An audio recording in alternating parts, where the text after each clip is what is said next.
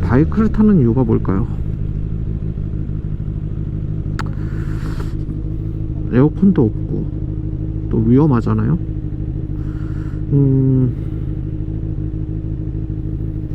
제 생각으론, 제 기준에선 첫 번째로는 돈이에요. 제가 돈이 썩어날 만큼 많으면 이 바이크를 살까요? 굳이 람보르기니를 샀겠죠. 페라리를 사고. 그 정도의 능력이 제가 되질 않네요.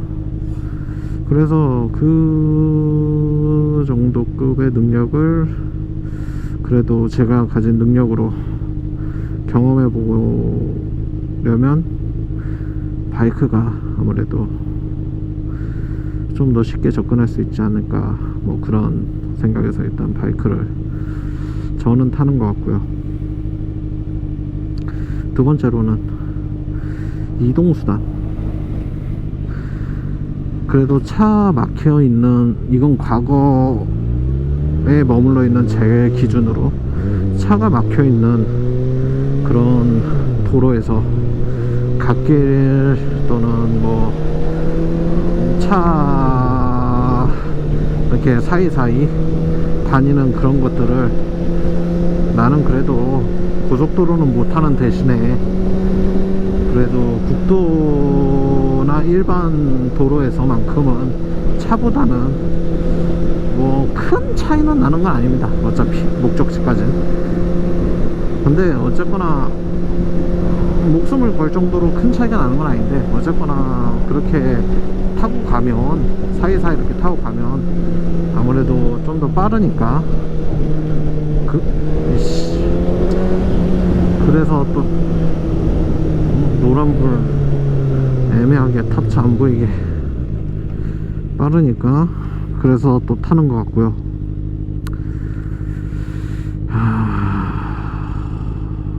세 번째로는 또 이것도 제 기준입니다만, 저는 관종기가 있기 때문에 타요. 관종기가 뭐냐면, 저는 이건 또 개인적인 생각입니다만, 바이크 타시는 분들은 대부분의 관종기가 아주 조금이라도 있지 않나, 뭐 그 관종을 표현하는 방법으로는 머플러 소리도 있고, 물론 안전을 위해서 뭐 차가 내 위치를 파악하게 하기 위해서 머플러 소리를 키운다, 틀린 말은 아니지만 보통 그 정도 머플러 소리가 존나게 크게 들린 상황이면 속도가 분명히 붙었을 거고, 그 속도가 붙은 상태에서 머플러 소리가 찢어지게 들린다 한들 차 속에서 그걸 인지하고 사이드미러를 존나 보면서 뭐야 오토바이 어딨어 어딨어 하기 전에 이미 지나갔죠. 아니면 저 멀리서부터 들리는데 눈은 보이질 않아요. 보통 그 정도 수준이기 때문에 뭐 틀린 말은 아니지만 굳이 그게 뭐 극적인 효과를 이 차한테 내 위치를 알려준다?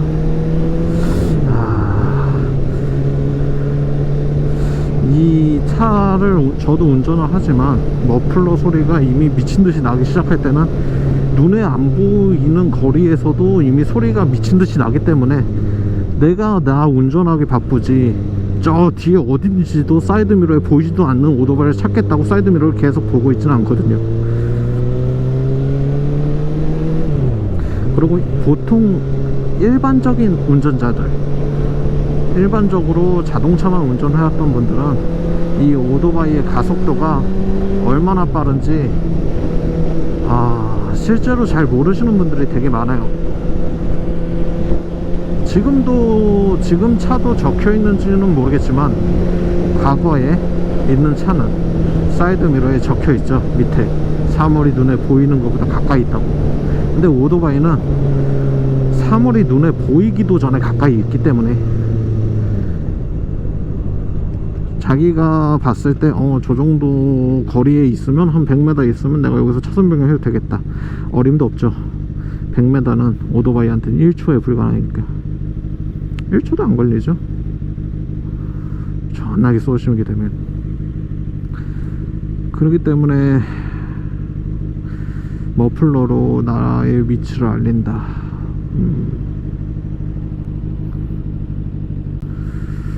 글쎄요, 어느 정도의 타당성은 있지만 100%는 아니라고 보고. 또한 뭐 카본으로 튜닝을 한다.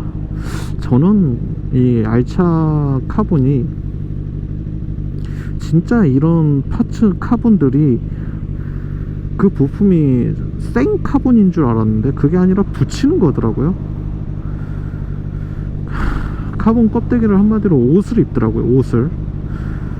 그 파츠 차대가 카본이 아니라 그냥 카본으로 된 옷을 입는 거구나. 무슨 의미가 있지?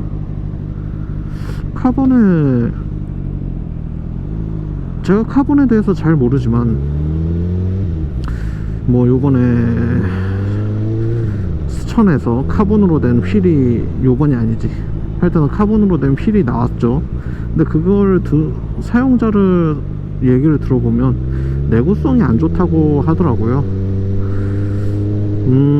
충격에 약하구나 카본이.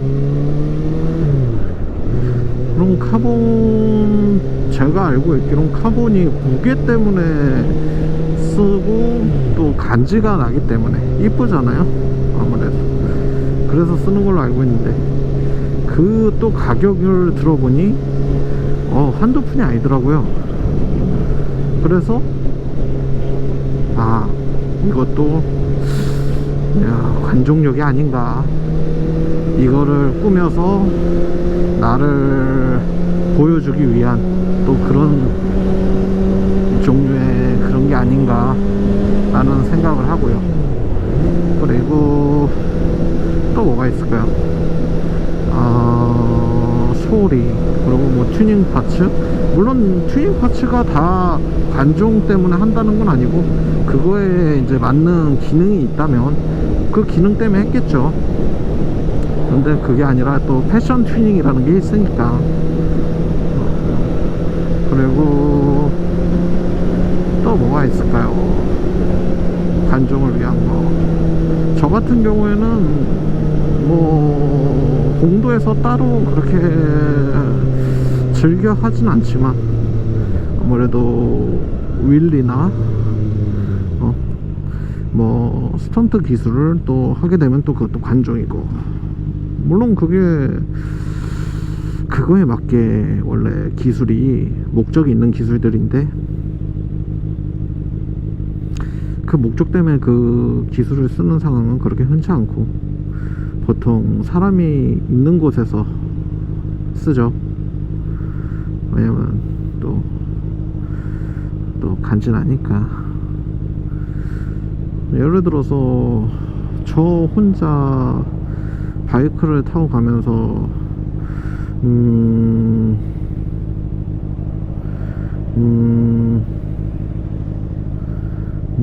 뭐 여기서 유턴을 해야 되는데 엑셀 턴을 한다?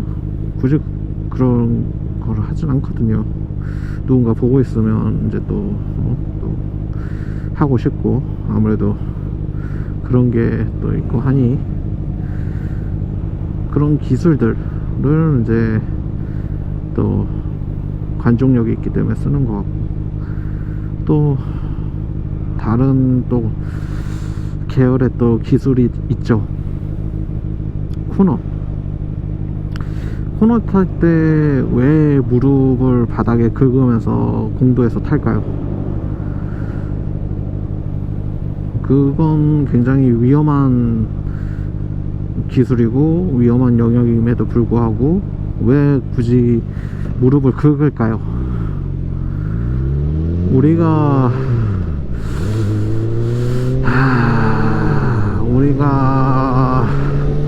이 코너를 굳이 무릎을 긁을 정도로 이 바이크가 내려갈 정도면 속도가 애지간히 빨라야지 또 그렇게 또 돌잖아요. 저속에서 완전 막 10km 이런 데서 막 그렇게 내리진 않잖아요. 그러면 그걸 왜 하는 걸까? 제가 봤을 때는 또 승부욕이나 그것도 관종이나 서로의 레벨 기술 랭킹 그런 전환. 왜냐면 그 무릎을 닿지 않으면 그 코너를 못 돈다. 속도를 내리면 되거든요. 속도를 내리면 핸들만으로도 충분히 돌거든요. 어찌됐건 오토바이도 결국에는 제가 봤을 땐 이동수단으로 쓰는 거 외에는 그 모든 것들이 다 관종이 아닌가. 저는 완전 핵관종이고요.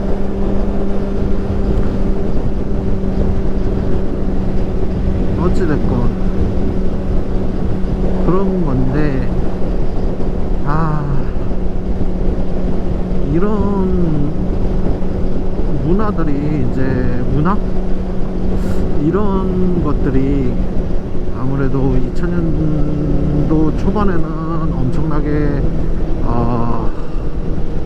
고주가를 달렸죠. 그런데 이제 시대가 바뀌고 여러 사람들이 이제 유입이 되고 성격도 바뀌고 뭐 하다 보니 이제 이런 것들을 다 하지 말자 라고들 하는데, 이게 나쁜 게 아니에요. 물론 하지 말아야 되는 것들이 맞고 한데 과거에 비해서 확실히 오토바이 타기가 쉽지만은 않네요. 이런 거를 이렇게 지금 이쪽 와리가리 하면서 칼치기 하면서 이 차들이 느리다고 째끼는 순간 난폭 운전이 되는 것이고, 이쪽으로 갓길로 가도 양아치 난폭 운전이 되는 것이고, 코너 지금 분명히 이렇게 나오겠지만 여기서도 속도를 높여서 굳이 누우면 저것도 저 양아치 새끼 속도를 높이면 일단 소리도 시끄럽고 하니 그렇게 되는 거고. 왜냐면 이렇게 속도를 낮추면 굳이 누울 필요 없이 그냥 지가 알아서 핸들만 살짝만 띡띡띡띡 해주면 돌아가기 때문에. 그리고 애초에 오토바이는 타면 저의 목숨 아까운 줄 모르는 저 양아치 새끼들 이런 소리를 기본적으로 듣기 때문에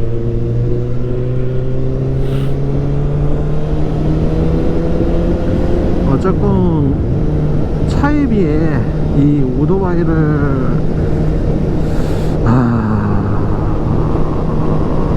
왜 타야 하는가에 대해서 좀 여러가지 생각이 많아서 요즘 오토바이를 안 탑니다.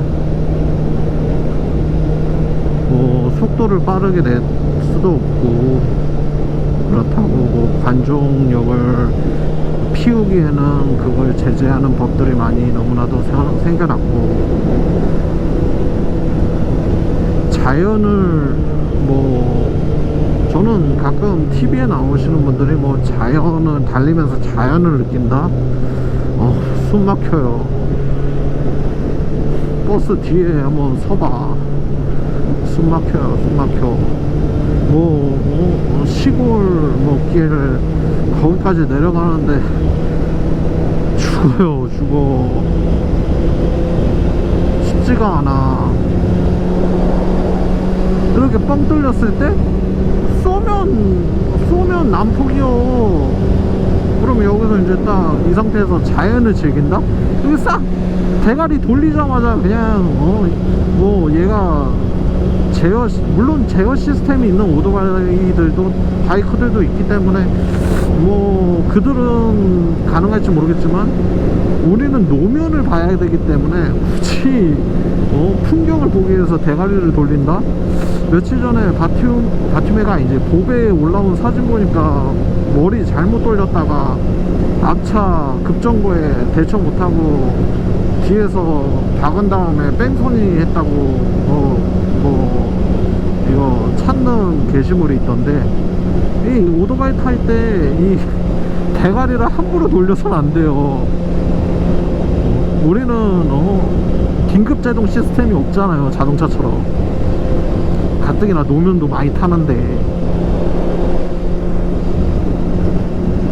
그러면 풍경을 보려면 전방 또는 대각선, 딱 여기야, 여기. 이 풍경을 보기 위해서 그런 걸 다 감수한다? 멀티 계열이면 또 가능할 수도 있겠네. 그건 또 차간 거리가 요즘 되는 애들도 있고, 여러 가지로 뭐 수납이나 기타 승차 감도 이런 레플리카에 비하면